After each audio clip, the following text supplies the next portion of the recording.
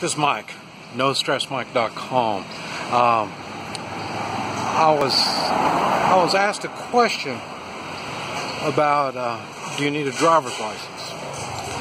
And in particular, they said, do you need a driver's license to drive a small motorcycle here in Thailand?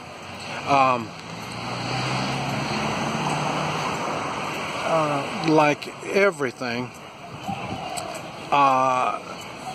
it's not all that easy to answer these questions.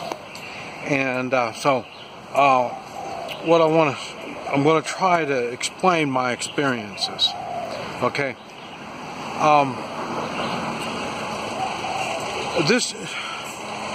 This is why I have mixed feelings when it comes to law.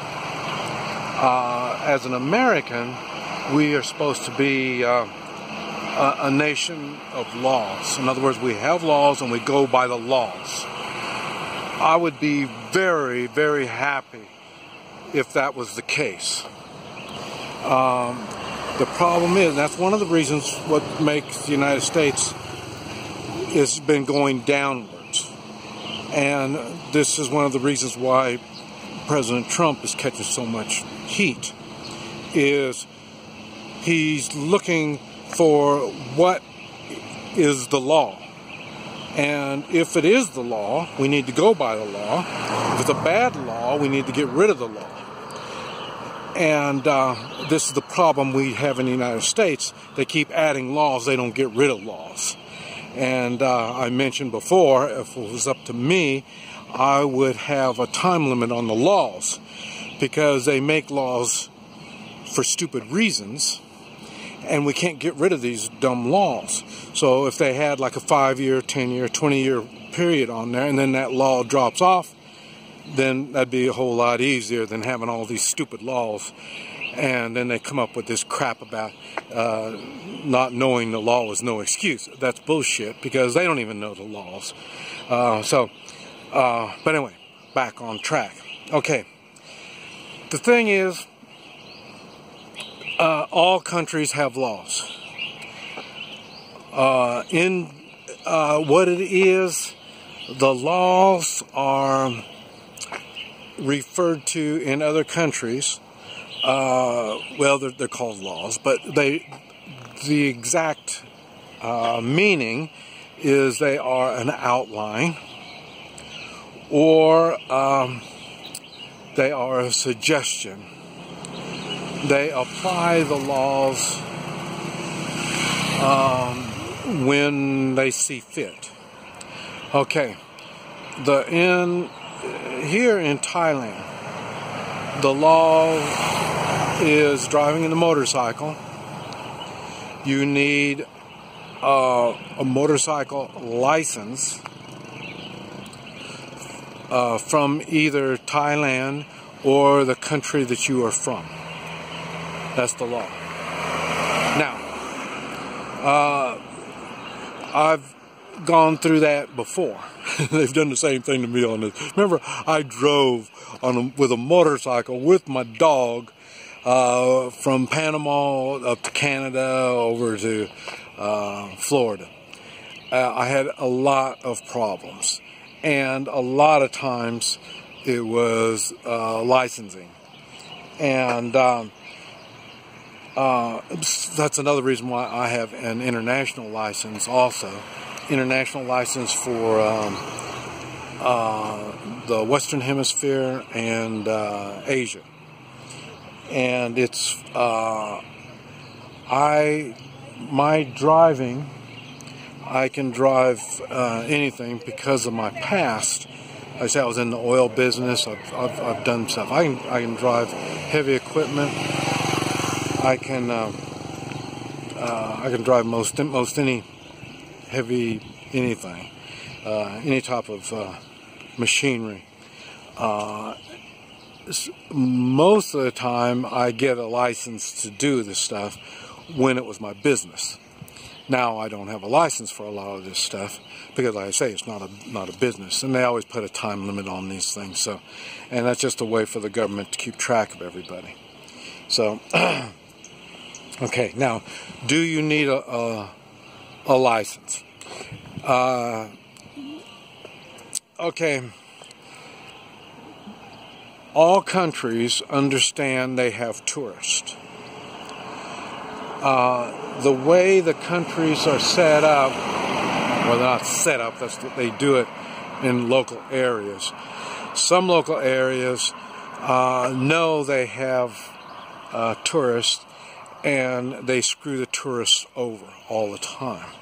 A good example is I was on the motorcycle with my dog in Miami, Florida. Miami, Florida, anybody knows anything about Miami, Florida, is a nasty place to be because they got every law that they have, they enforce every law. They hate people in Miami, Florida. They hate their own citizens. But they know people are going to live there, so they're just nasty to everybody. Tourists, they harass the tourists because they know you don't like it. Good, don't come back, because they know somebody else is going to come back. So that's an extreme. Miami, Florida is an extreme when it comes to the laws and how they do it. And but that's the extreme on one side. Like I say, they don't like tourists and they don't like their own citizens because they know they can screw everybody over, and they do it. Okay, now, on the other side, there's other countries that welcome tourists.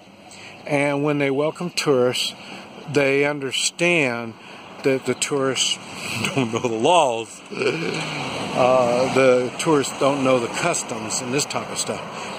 And when that happens, they are much more understanding. Some of these countries are. And so as long as you don't hurt anyone and nobody gets hurt, then they pretty much give you a pass. So in other words, and that, and a good example is, I'm still talking about Thailand. I'm on the northern end. There's a reason why I took the northern end instead of the Bangkok area and all that. That's where all the people are. I'm not a big people kind of guy, even though there's 1 million people living here. The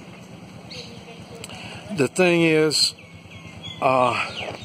you can, here up north of Thailand, they're much more lenient on the driver's license. It's not that big a deal. And the thing is when they do stop, a lot of times they will stop all the motorcycles coming up. And when they do stop, and then once they figure out you're just a tourist, then they just go on. They don't even want to talk to you. They don't want to go through the problems that they're going to have trying to communicate with you. And then they're going to try to ticket you, and that's just going to add more problems. So they let you go. That happens to me on my motorcycle trips when I was running Central America, Mexico, and all that. That happened to me a lot. And they would let me go. But I had the dog on the motorcycle too. So that really made, it was obvious I was a tourist. I was just driving through. So, but like I say, it didn't work in Miami, Florida. I made a video talking about that. That was one of the closest times to my dying when dealing with the police. They were prepared to kill me and my dog because I had the dog on the motorcycle. That was good enough reason for them to stop me and harass me. So, so like I say, there are things you need to consider when you do this stuff. Now, like I say, we're north of Thailand. Here, they don't want to hassle the tourists. They like the tourists and all this stuff. Now, more south you go, they have plenty of tourists. And there they make money on tourists. So they they're going to be more sticky when it comes to the laws. And that's going to be one of the things you're going to have to deal with is where you're at. And that's why I was talking about local, the local areas you're going to have to do it. And when they get you on the south of here, and then you're going to have to pay the fine and all, all the kind of stuff. But like, why? They're looking for money. They want to make money off of you. So that's I hate being like that, but that's the way. I mean, the United States has got that way, and it wasn't that way. But like I say, now, there's even Oklahoma, matter of fact, one of those states that when they stop you, they can harass you, and they can take everything you have and just say, well, you could be buying drugs with it. And so, I mean, they've gone so crazy with the laws. And but these are things we have to keep in mind. So when we talk about do you need a license? Do you need? I mean, there's loopholes on all this stuff. There's twisted meanings for all these laws and regulations and all this kind of stuff. Now we're going right back to what I push: personal responsibility and morals, because that's the only thing that I have when I travel, and I have to figure out. And that's why it's really difficult. Personal responsibility and morals are probably the two hardest things that I've ever had to do. And I'm sure it's going to be hard for everybody because there's so many different variations and where you're at, the people you're dealing with, and all this stuff. That tells you how you're going to have to do all this stuff. And that's why there's no simple answers to all this stuff. And me, I come from a black and white world. There's a right and there's a wrong. But when it comes to law, flip your coin, because it's not good at all.